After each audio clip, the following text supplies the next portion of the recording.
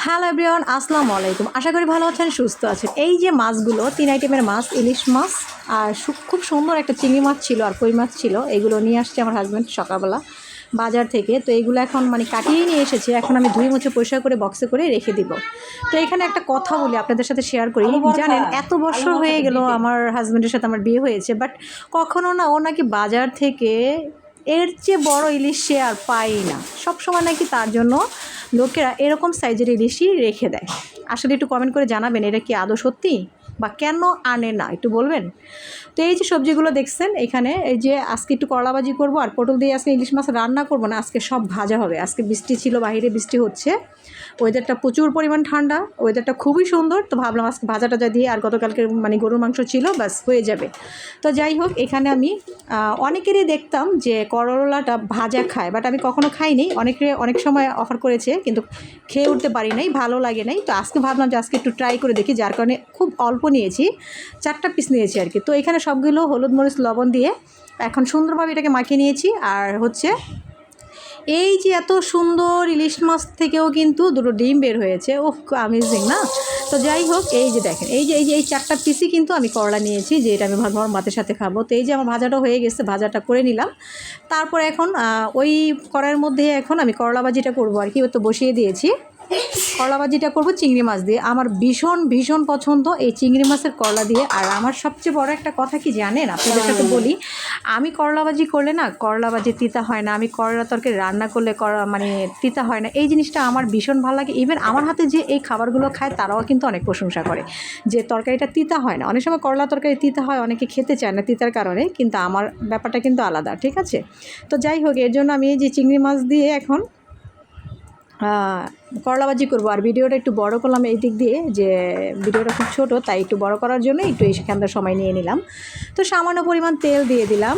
এখন আমি যেভাবে করলা ভাজিটা রেগুলার করি সেভাবেই দেখাচ্ছি আর কি।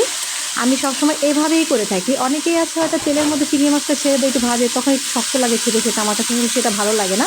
তো এই যে আমি করলা ভাজিটা দিয়ে পেঁয়াজ, কাঁচামরিচ, আলু দিয়েছি, একটু ছোট্ট একটা আলু আর করলা যতটুকু নিয়েছি সবগুলো ধুয়ে মুছে পরিষ্কার করে একসাথে দিয়ে দিলাম। তারপরে এই যে উপর থেকে চিংড়ি মাছটাও কিন্তু দিয়ে দিলাম।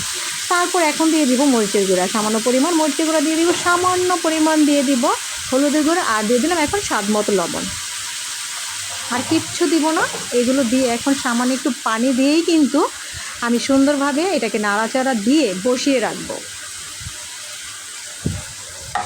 এই যে একটু পানি দিয়ে দিলাম, একেবারে সামান্য আর কি, একটু যাতে মশলাটা আর কি টিভি হয়। দেখা গেছে যদি সে এখানে না দেয় তাহলে একটু বেশি ভাজা ভাজা হয়ে যায়, খেতে আমার ভালো লাগে না আর কি। তো আমি সবসময় যেভাবে রান্না করি।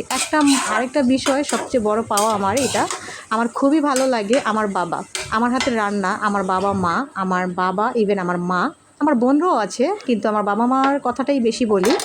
আমার বাবা মা আমার হাতের রান্না খেতে ভীষণ ভীষণ পছন্দ করে। এই পর্যায়ে আমি একটু রসুন বাটাও দিয়ে দিলাম। তো বাবা মার কথায় আসি আর কি, তো খুব বেশি পছন্দ করে, জানেন, অনেক পছন্দ করে আমার হাতের খাবার। আমার আম্মা যখন আমার বাসায় আসে, আমার বাবা সব সময় বলে যে আমি তাদেরকে তাকে আমি একটু রান্না করে দিই আর কি। তার নাকি ভীষণ মজা লাগে আমার হাতের রান্না। আর আমার আম্মা আসলে তো কোনো কথাই নেই, সব সময়ই প্রশংসা করে, খাবে আর প্রশংসা করবে যে তোমার হাতের রান্নাটা আমার ভীষণ পছন্দ, তোর হাতের রান্নাটা আমার অনেক মজা লাগে।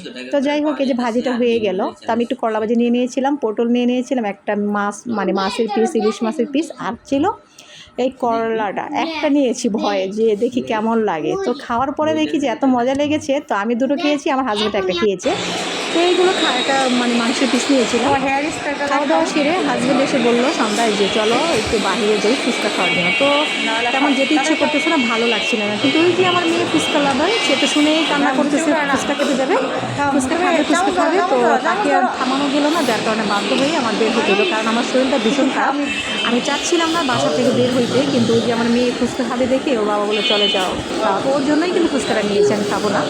তো ওই যে ফুচকা আমার খেতে ইচ্ছে করতেছেন। তারপর দেখে কি সুন্দর একটা ভালো মানুষ, এত ভালো মানুষ আমি ডিজার্ভ করি বলেন? এত একটা ভালো মানুষ আল্লাহ আমার কপালে ফেলেছে, বিশ্বাস করেন ভাই, আমি পুরো হতাশ।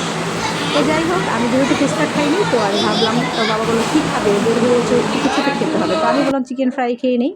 তো একটা চিকেন ফ্রাই নিয়েছিলাম, ভীষণ ভালো লাগলো। তারপর বাসায় চলে আসলাম। বাসায় আসার পর একটা গেস্ট আসছিল, তো গেস্টের জন্য সিম্পলভাবে একটু গতকালকে যে গরু মাংস রান্না করেছিলাম সেটা দিয়ে দিলাম।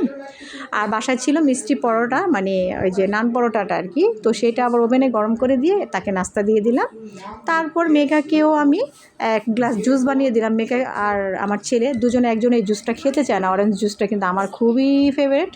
তারপরে মেঘা একটু ভালো লাগছে না, ভাবছে একটু গরম গরম লাগতেছে, তার জন্য দিয়ে দিলাম। তো কেমন হয়েছে আজকের ভিডিওটা অবশ্যই বলবেন, অবশ্যই কমেন্ট করবেন। আর যদি বেশি বেশি ভালো লেগে থাকে তাহলে অবশ্যই আমাকে একটু সাপোর্ট করে আসবেন, ঠিক আছে? আর যদি ভালো নাও লাগে তাও একটু সাপোর্ট করে আসবেন, ঠিক আছে? তো আজকের মতো এখানেই বিদায় নিচ্ছি। আল্লাহ হাফেজ।